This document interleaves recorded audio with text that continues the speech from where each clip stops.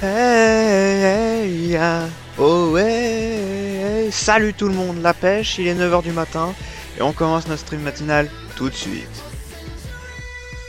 Ah, bonjour à tous, ça me fait plaisir de vous revoir encore, ça va bien? Allez, c'est parti, on va enchaîner tout de suite sur les actus d'aujourd'hui. Alors je me suis rendu compte qu'en fait à dater d'hier, mais du coup à diffuser après 9 h, forcément. Donc j'ai l'impression que ce sera un peu toujours comme ça, hein, les news de la veille, mais qui sont apparues dans la journée. C'est normal, la plupart viennent des États-Unis en plus, ils se couchent plus tard que nous. Donc voilà. Donc commençons avec le portrait de Kayane, qui est une vieille joueuse professionnelle, enfin 24 ans c'est déjà vieille pour eux, et qui a un Guinness Book assez impressionnant.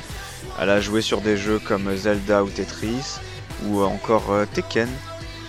Et apparemment, bah du coup, voilà, vu qu'on est sur la page du gouvernement, c'est donc le gouvernement qui ferait la page un peu Wikipédia de cette personne. C'est assez marrant. Euh, alors, pour tout vous dire, en fait, je ne la connaissais pas, mais elle a l'air d'avoir commencé vraiment tôt, et surtout que je ne suis pas trop les femmes qui font de la compétition. Il y en a juste une dont j'étais au courant, c'est parce qu'elle était chez Millennium, qui était à ce moment-là, en plus il y a 2-3 ans, la seule grosse, enfin celle que je connaissais, multi-gaming e-sport française. Et en plus, du coup, c'était une suédoise, donc il n'y a pas trop de patriotisme, de soutien, allez la française, tu vas gagner tous tes tournois, ça marchait pas trop comme ça. Bon, tant pis. Alors, on passe aux meilleures ventes de jeux de vidéo en France pour la semaine 2016. Oui, bah du coup, je vous spoil complètement le classement. Bon, Call of Duty Black Ops 3, c'est pas étonnant, d'autant plus que, contrairement à ce que diront les mauvaises langues, il a l'air d'être plutôt pas mal. Alors, je sais pas ce qu'il donne sur PC. Là, maintenant, je me rends compte que tous, en général, je vais arrêter de dire tout. Une bonne partie des jeux développés qui, notamment pour console en priorité, mais s'ils sont développés sur PC, en fait leur portage PC n'aboutit pas correctement au début. Il y a toujours un essuyage de plâtre à faire. On se souvient de Batman Arkham Knight, on se souvient de GTA V aussi, enfin bon bref. La merde. Rainbow Six Siege qui s'est bien vendu. Alors, on est sur console seulement ou tout support confondu là? Parce que là j'ai que du PS4. Donc alors après je veux bien qu'en Europe et surtout en France on soit plus PS4 qu'Xbox One. Mais quand même. Là je me pose des questions. Parce que là les 5 jeux c'est PS4. Hein. FIFA 16, Rainbow Six Siege, très bon jeu aussi. FIFA j'ai jamais trop touché à des jeux de foot donc je sais pas trop dire. Et attendez, j'ai perdu le chat. Le chat, où es-tu? Où es-tu le chat? Où? Ah voilà. Voilà le chat. Bonjour le chat.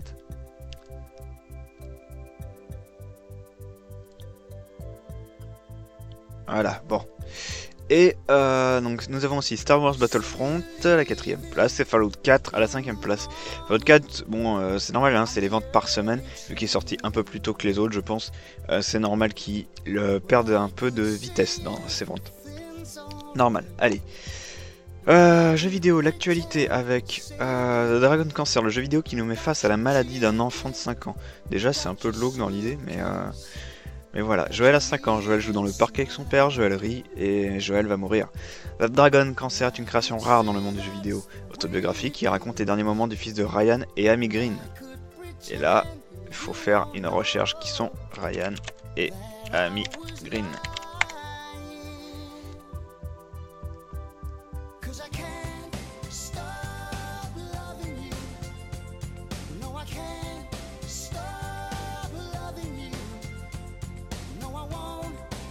D'accord, c'est un mec qui a voulu partager ça avec des développeurs de jeux vidéo, mais je sais pas trop comment l'idée est née en fait. Et c'est un point and click aventure. Est-ce qu'il est disponible sur Steam ou autre? Logiquement oui. En tout cas, la patte graphique, enfin, ça fait un peu penser à, comment ça s'appelle? Ah, tous ces jeux maintenant, alors c'est pas du point and click, c'est des jeux où il faut juste avancer et appuyer sur un bouton pour avancer. Ah, comment il s'appelait?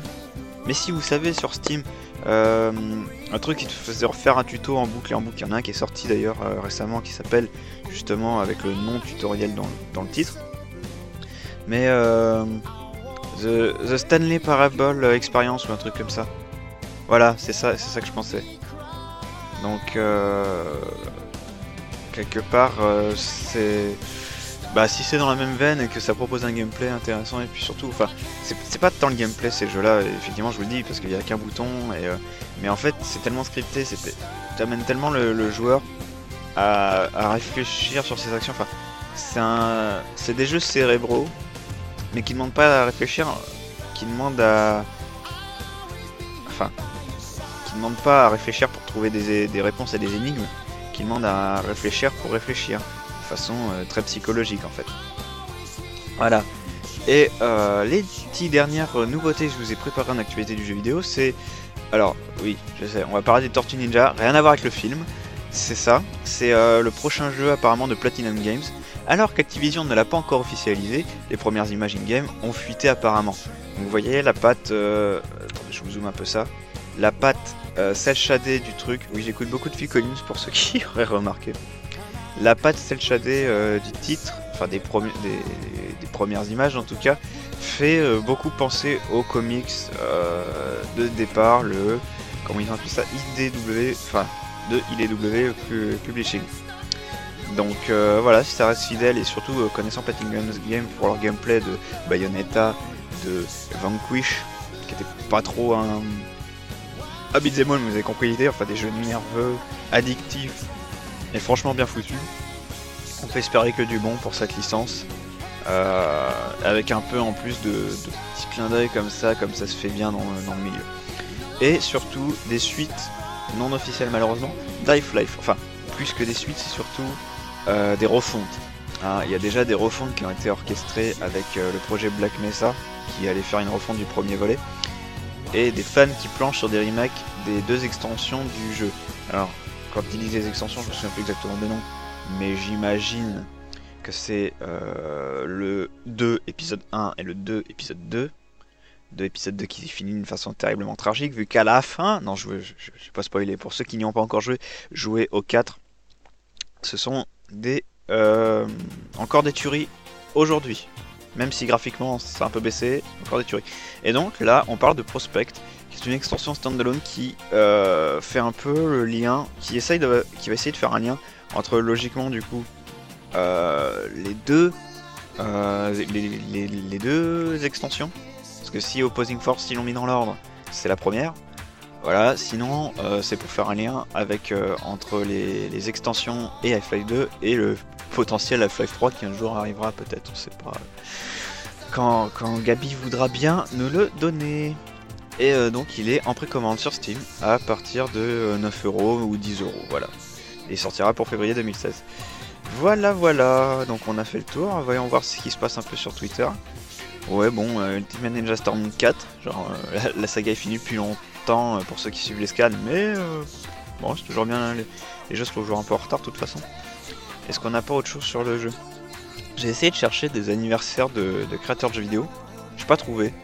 Par contre pour ceux qui aiment bien la série Sons of Anarchy, je sais ça n'a rien à voir avec le jeu, eh bien c'est l'anniversaire de Cathy Seagal aujourd'hui, la mère de Jax.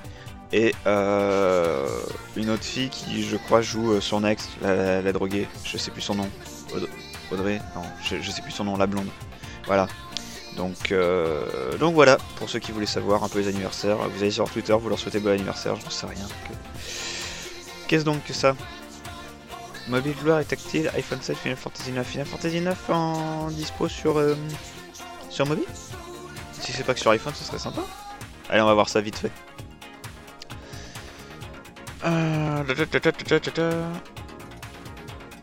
Minecraft Final Fantasy, le jeu mobile se retire en panne association. Mais non, mais on s'en fout. D'accord, donc il est déjà dispo. My bad. Ok, bon bah voilà, vous en savez sûrement plus que moi là-dessus. Donc voilà, on récap, Dragon Cancer, Prospect, Tortue Ninja, les jeux qui sont sortis ou à suivre. Et top 5 des ventes de jeux PS4 full. En même temps, ça doit compter que les ventes de jeux matérialisés, non pas dématérialisés, donc le PC c'est normal qu'il soit pas dedans.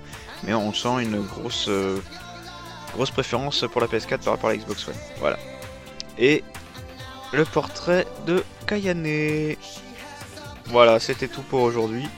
Alors écoutez, comme d'hab, je vais couper le stream pour pouvoir uploader ça juste après sur ma chaîne YouTube. N'hésitez pas à la rejoindre, à vous abonner, à la liker bien sûr. Et je vous retrouve juste après pour un peu de jeu. Et ce sera pas du League of Legends cette fois, ce sera un petit jeu joué à la manette, enfin petit jeu. Il va être bien hardcore quand même. Allez, à tout de suite.